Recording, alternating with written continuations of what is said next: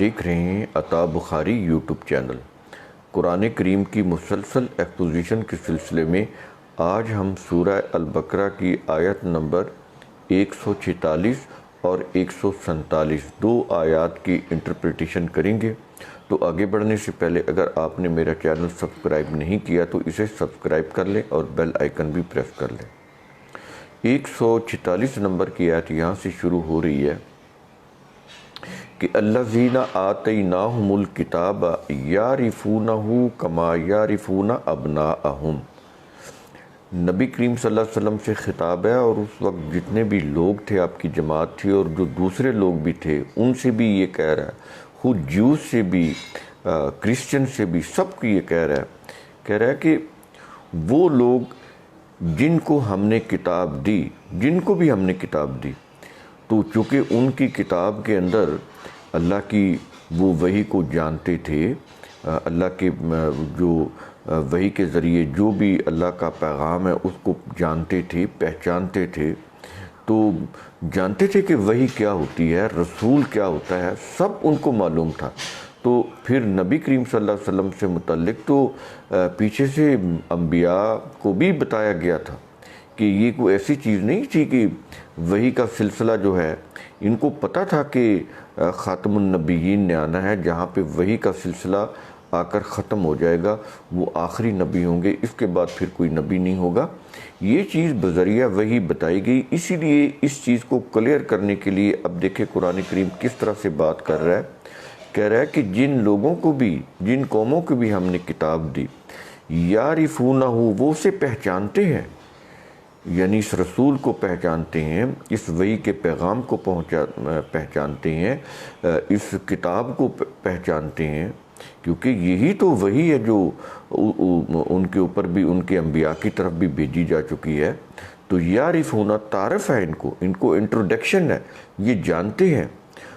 کما یعرفون ابناءہم، اب ان کے بیٹوں کی مثال دے رہا، کہتا ہے یہ اس طرح سے پہچانتے ہیں جس طرح یہ اپنے بیٹوں کو پہچانتے ہیں۔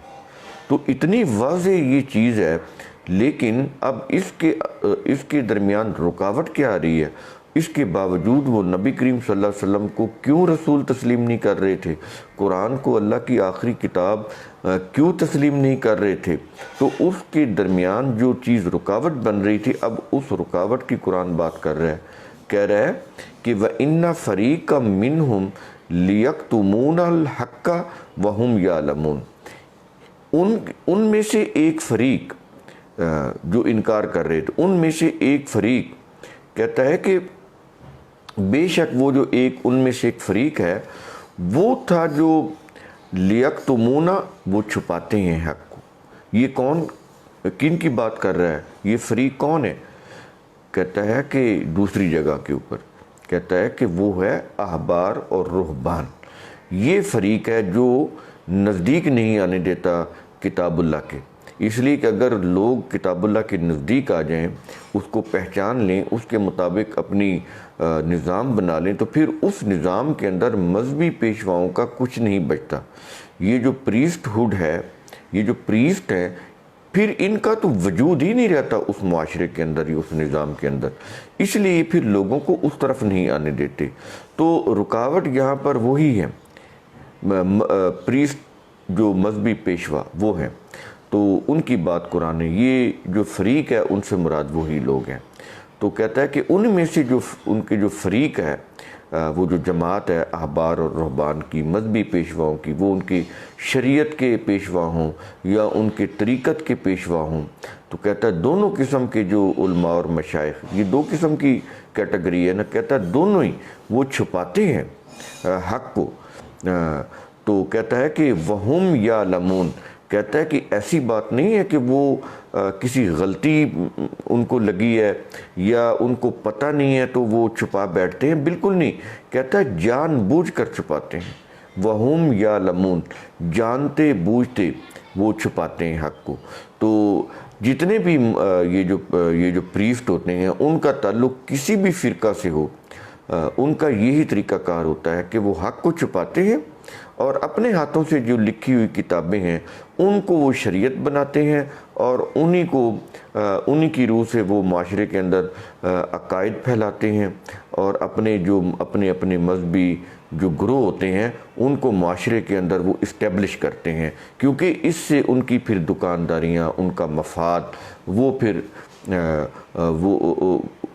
اس کی روح سے وہ ان کا مفاد وابستہ ہوتا ہے، تو اسی طرح سے وہ اپنے مفاد کو پورا کر سکتے ہیں۔ تو ایک چیز یہ ہوگی، اور آگے کہہ رہا ہے کہ الحق من ربک۔ اب دیکھیں پھر حق کو قرآن ڈیفائن کر رہا ہے۔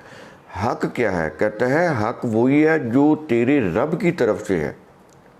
اب بات واضح ہوگی، اب رب کی طرف سے تو یہ جو وحی آئی وہی حق ہے نا، اور وہ تو صرف قرآن کے اندر ہے، قرآن سے باہر تو کسی کتاب کے اندر نہیں ہے۔ تو اس لیے وہ کہہ رہا ہے کہ الحق من ربک، کہتا ہے کہ حق وہی ہے جو تیرے رب کی طرف سے ہے، جو قرآن کے اندر ہے۔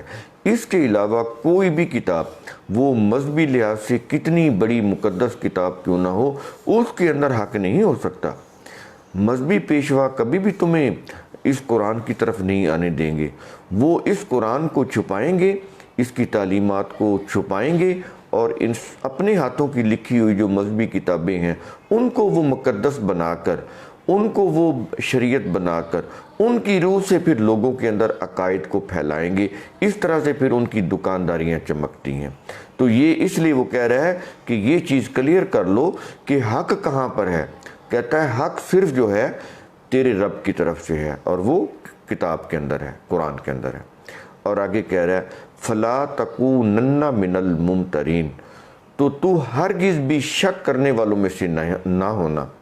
یہ نبی کریم صلی اللہ علیہ وسلم جس کے اوپر وحی آ رہی ہے اس کو بتا رہا ہے، اور اس کی روح سے تمام انسانیت کو بتا رہا ہے کہ اس میں ڈاؤٹ کریٹ نہ کرنا، یہ جو کتاب اللہ ہے یہ شک سے بالا تر ہے، اور نبی سے کہہ رہا ہے کہ تو اس کے اوپر شک نہ کرنا۔ فَلَا تَكُونَنَّ مِنَ الْمُمْتَرِينَ، شک کرنے والوں میں سے نہ ہونا۔ اب یہ دیکھیں اس سے جو پچھلی آیت ہے وہاں نبی کریم صلی اللہ علیہ وسلم سے اسی انداز میں خطاب ہے، اور کتنی بڑی بات کر رہا ہے، کہہ رہا ہے کہ اگر تم نے، یعنی جیوز کی یا جو بھی کرسچین ہیں یا جیوز ہیں، اگر تم نے ان کے قبلہ کی یعنی ان کی آئیڈیالوجی کا اتباع کیا، پیروی کی، تو پھر کیا ہو جائے گا؟